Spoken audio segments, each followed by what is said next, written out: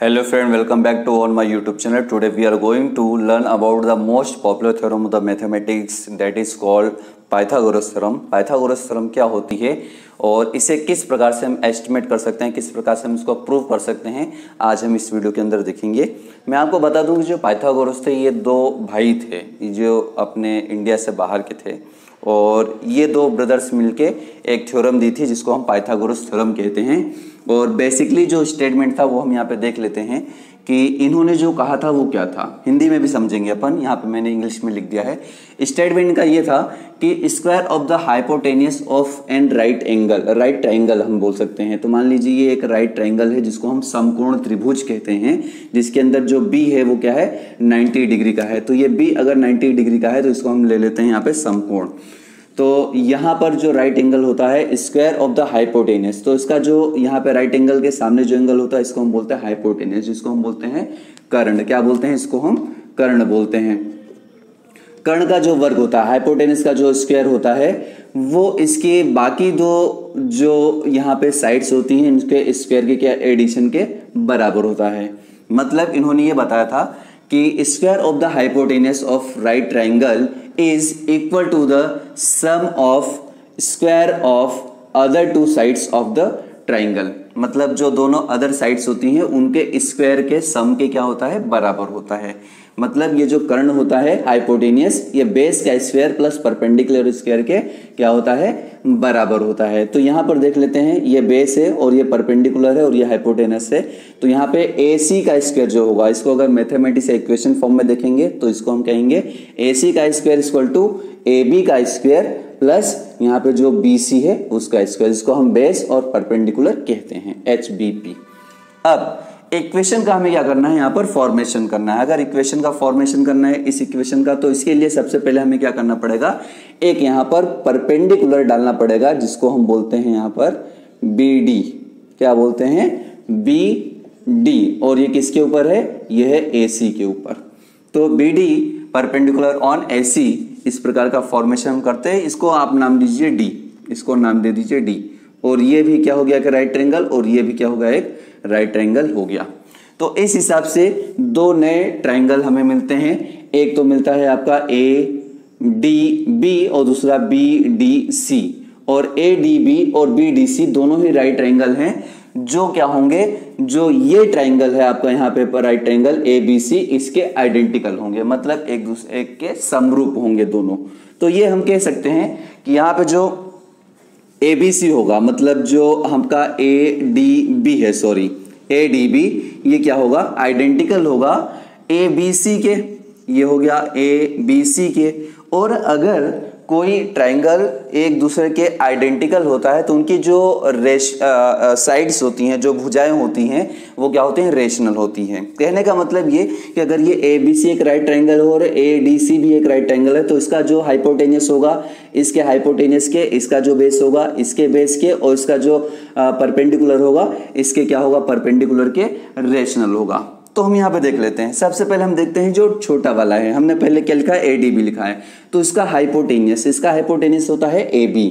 तो इसका जो हाइपोटेनियस AB होगा वो जो बड़ा वाला आपको यहाँ पे दिखाई दे रहा है ABC, उसके हाइपोटेनियस के क्या होगा रेशनल होगा। मतलब AB अपॉन क्या हो जाएगा ये AC इज इक्वल टू इसका जो परपेंडिकुलर होगा, एक्चुअली बेस हम ले लेते हैं, चलिए ठीक है।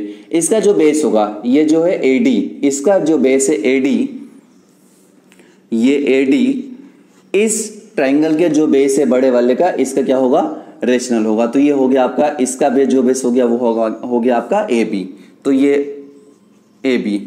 तो इसका अगर हम मल्टीप्लीकेशन करें तो हम देखते हैं AB में AB का मल्टीप्लीकेशन करेंगे तो आपका हो जाएगा AB का स्क्वायर इज इक्वल टू, ये हो गया AC इंटू AD।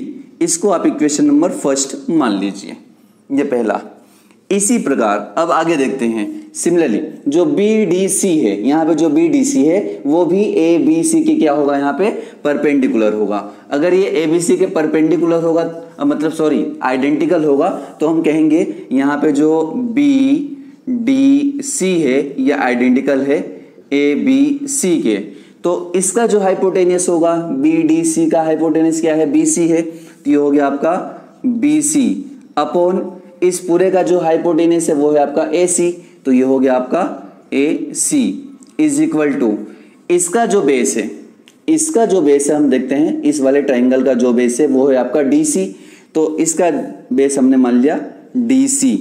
और ये जो आपका बड़ा वाला ट्राइंगल है इसके लिए अब इधर वाला सॉल्व कर रहे हैं, तो ये इसको हम मान लेते हैं बेस, तो ये हो जाएगा आपका BC, यहां पर हो जाएगा बेस, तो ये BC हो गया। इसको अगर हम सॉल्व करते हैं तो BC में BC का मल्टीप्लीकेशन करेंगे, हो जाएगा BC का स्क्वायर इज इक्वल टू ये हो गया आपका AC और इनटू ये हो गया आपका DC। इस प्रकार से इक्वेशन नंबर 2 आपकी यहां पर आ जाती है। अब हमें करना क्या है, ये जो इक्वेशन फर्स्ट है और ये जो इक्वेशन 2 है, इनके हमें क्या करना है, एडिशन करना है।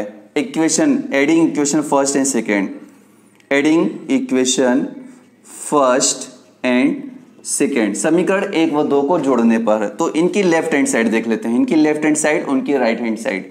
तो इनकी लेफ्ट हैंड साइड है AB का स्क्वायर प्लस इधर है आपका BC का स्क्वायर इज इक्वल टू, यहां पर है आपका AC इंटू AD, तो ये हो गया आपका AC इंटू AD प्लस इधर है AC इंटू DC, ये हो गया आपका AC इंटू DC।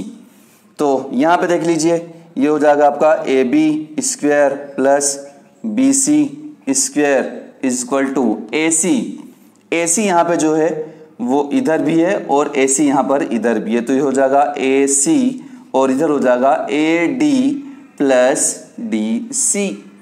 अब ये चीज यहां पर कंप्लीट हो गई, ये चीज यहां कंप्लीट हो गई। हम देखते हैं AD प्लस DC जो है, यहां पे देखिए A से लेकर D और D से लेकर C तक, इसको हम बोल सकते हैं AC। तो हम लिख सकते हैं since AD plus DC equal to AC, तो हम क्या करते हैं, ये जो वैल्यू है वो हम यहाँ पे पुट कर देते हैं, तो हमारा हो गया AB square plus BC square, तो ये हो गया आपका AB square plus BC square is equal to इधर हो गया AC, ये हो गया आपका AC into AD plus DC को हम क्या लिख सकते हैं AC, तो ये हो गया आपका AC। तो AB square plus BC square equal to हो जाएगा AC इंटू AC मतलब AC का स्क्वायर, तो ये हो गया आपका AC का स्क्वायर। इस प्रकार से ये जो थ्योरम थी ये हमने यहाँ पे प्रूव कर दी। जो यहाँ पे स्टेटमेंट कहा गया था कि जो कर्ण का वर्ग होता है वो लंब के वर्ग प्लस आधार के वर्ग के बराबर होता है। The sum of the square of the other two sides is equal to the square of the hypotenuse of any right triangle. मतलब जो संपूर्ण त्रिभुज होता है उसका जो कर्ण का वर्ग होता है, उसका हाइपोटेनस का जो स्क्वायर होता है, उसके बेस के स्क्वायर प्लस उसके परपेंडिकुलर के स्क्वायर के सम के इक्वल होता है। ये बेसिकली बहुत ही बेसिक थ्योरम है, इसलिए आप उसको अच्छे से समझ लीजिए। इसको करने के बाद आप इसका सबसे ज़्यादा यूज़ आप कर सकते हैं आपका जो ट्रिग्नोमेट्री होता है उसके अंदर होता है। उसके बाद जो आप ट्रायंगल्स जो पढ़ते हैं, त्रिभुजों के बारे में जब पढ़ते हैं तो उनके अंदर ये सारी चीज़ें यूज़ होती रहती हैं। बहुत इंपॉर्टेंट थ्योरम है, आप भी पढ़िए, आपके दोस्तों को भी ये शेयर कीजिए। और अगला वीडियो जो हमारे ट्रिग्नोमेट्री पे ही होगा, बेसिकली पाइथागोरस थ्योरम प्रूव करने के बाद जब हम उसकी ट्रिग्नोमेट्री की जो 3 आइडेंटिटीज पढ़ते हैं उसके अंदर ये जो होता है ये लगता है ये वाला फॉर्मूला, इसलिए मैंने पहले इस वीडियो को बनाया। फिर आगे हम ट्रिग्नोमेट्री की जो आइडेंटिटीज 3 होती हैं, आइडेंटिटीज इक्वेशन सर्वसमीकरण जो होती है उनको हम सिद्ध करेंगे। और ये वीडियो आप देखते रहिए, अपने दोस्तों को शेयर करते रहिए। अगले वीडियो तक के लिए जय हिंद।